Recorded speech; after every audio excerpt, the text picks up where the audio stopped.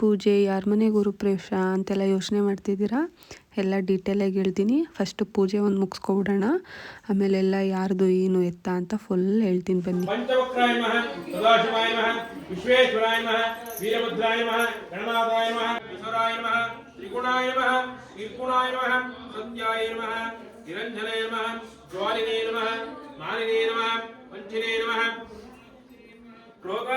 ಜ್ವಾಲಾಯ ನಮಃ, ಉಗ್ರಜ್ವಾಲಾಯ ನಮಃ, ಮಹಾತ್ಮ್ಯೇ ನಮಃ, ಮಾಂಗಲ್ಯಪ್ರದಾಯ ನಮಃ, ಮಹಾಕಾಳಿನೇ ನಮಃ, ಮಹೇಶ್ವರ್ಯೇ ನಮಃ, ಕಂಠೇ ನಮಃ, ಭೈರವ್ಯೇ ನಮಃ, ಭುವನೇಶ್ವರ್ಯೇ ನಮಃ, ನಿತ್ಯಾಯ ನಮಃ, ಜ್ಞಾನಾಯ ನಮಃ, ತಪೋಧಿಯೇ ನಮಃ, ಹರಿಪ್ರಿಯಾಯ ನಮಃ, ಮಹೇಶ್ವರಪ್ರಿಯೇ ನಮಃ, ಸುರಸುಂದರ್ಯೇ ನಮಃ, ಶ್ರೀ ಮಹಾದುರ್ಗಾ ಪರಮೇಶ್ವರೇ ನಮಃ, ಶ್ರೀ ಮಹಾಜ್ಯೋತಿರ್ಭೋತ್ತಮಃ ಆಶ್ರಯ ಸರ್ವದೇವಾನಾಂ ಭೋಗೋಯಂ ಪ್ರತ್ಯಕ್ಷದೇವಂ ದರ್ಶಯಾಮಿ ಯಜಮಾನಾಯುಕ್ತೇಜೋ ದಧಾತೆ ಉತ್ತರಮಂಗಳನಿರಾಜನಂ ದರ್ಶಯಾಮಿ ವಿರಾಜಾನಂ ತೃದ್ಧಾಚಮಾನ್ಯಂ ಸಮರ್ಪಯಾಮಿ ಸ್ವಾಹ ಪ್ರಾಣಾಯ ಸ್ವಾಹ ವ್ಯಾನಾಯ ಸ್ವಾಹ ಉದಾನಾಯ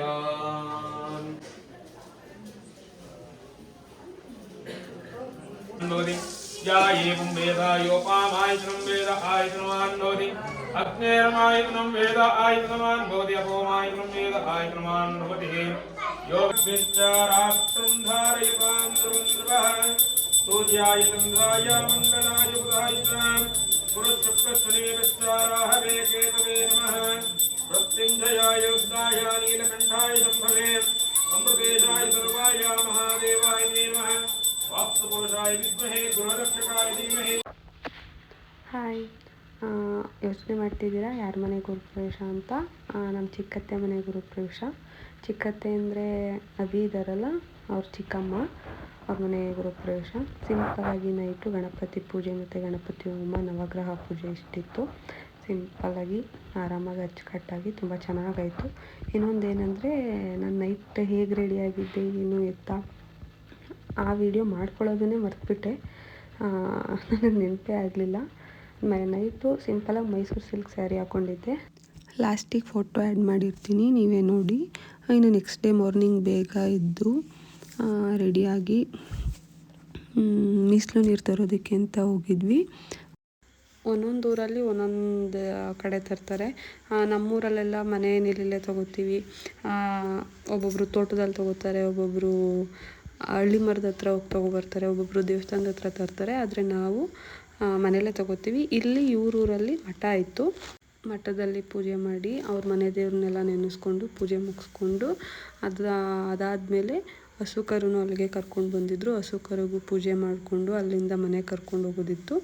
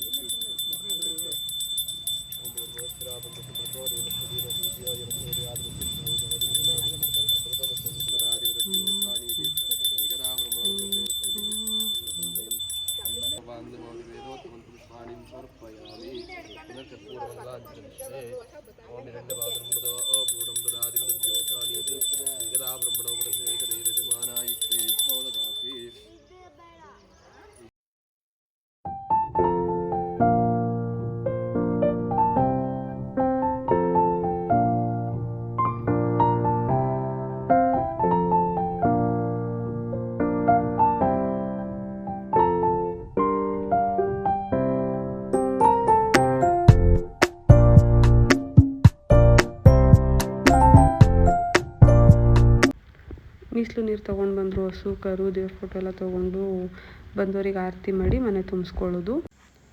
ಹೊಸ್ಲು ಪೂಜೆ ಮಾಡಿ ಸೇರೋದು, ಬಲಗಾಲಿಟ್ಟು ಒಳಗೆ ಬರೋದು. ಹಸು ಯಾವ ಕಾಲಿಡುತ್ತೋ ಲಾಸ್ಟ್ ಟೈಮ್ ಹೇಳಿದ್ದೆಲ್ಲ ನಿಮಗೆ, ಹಸು ಯಾವ ಕಾಲಿಟ್ಟು ಬರುತ್ತೆ ಏನು ಅದನ್ನು ತುಂಬ ಅಬ್ಸರ್ವ್ ಮಾಡ್ತೀವಿ.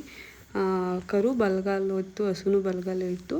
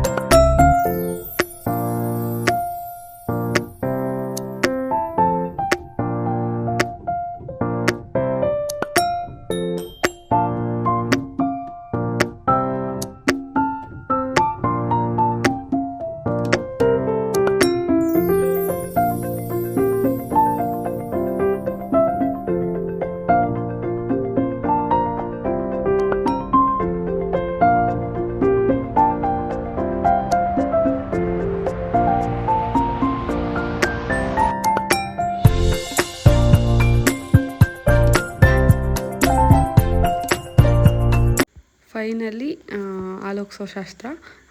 ಹಾಲೆಲ್ಲ ಉಗ್ಸಿ ಕೈ ಮುಕ್ಕೊಂಡು ಎಲ್ಲ ಒಳ್ಳೆಯದಾಗಲಿ ಅಂತ, ಹಾಲು ಹೇಗೆ ಉಕ್ಕತ್ತೋ ಮನೆ ಹಾಗೆ ಉಕ್ಕಲಿ ಅಂತ ಕೇಳಿಕೊಂಡು ಪೂಜೆ ಮಾಡಿದ್ದಾಯಿತು. ಹಾಲು ತುಂಬಾ ಚೆನ್ನಾಗಿ ಉಕ್ತು. ಹಾಲೆಲ್ಲ ಉಕ್ಕಿದ ಮೇಲೆ ಅವ್ರ ಮನೆ ದೇವರು ಪಂಚಲಿಂಗೇಶ್ವರ ಸ್ವಾಮಿ, ಪಂಚಲಿಂಗೇಶ್ವರನ ದೇವ್ರನ್ನ ಕರೆಸಿ ಕೂರಿಸಿ ಮನೆ ದೇವ್ರದ್ದು ಪೂಜೆ ಮಾಡಿದರು.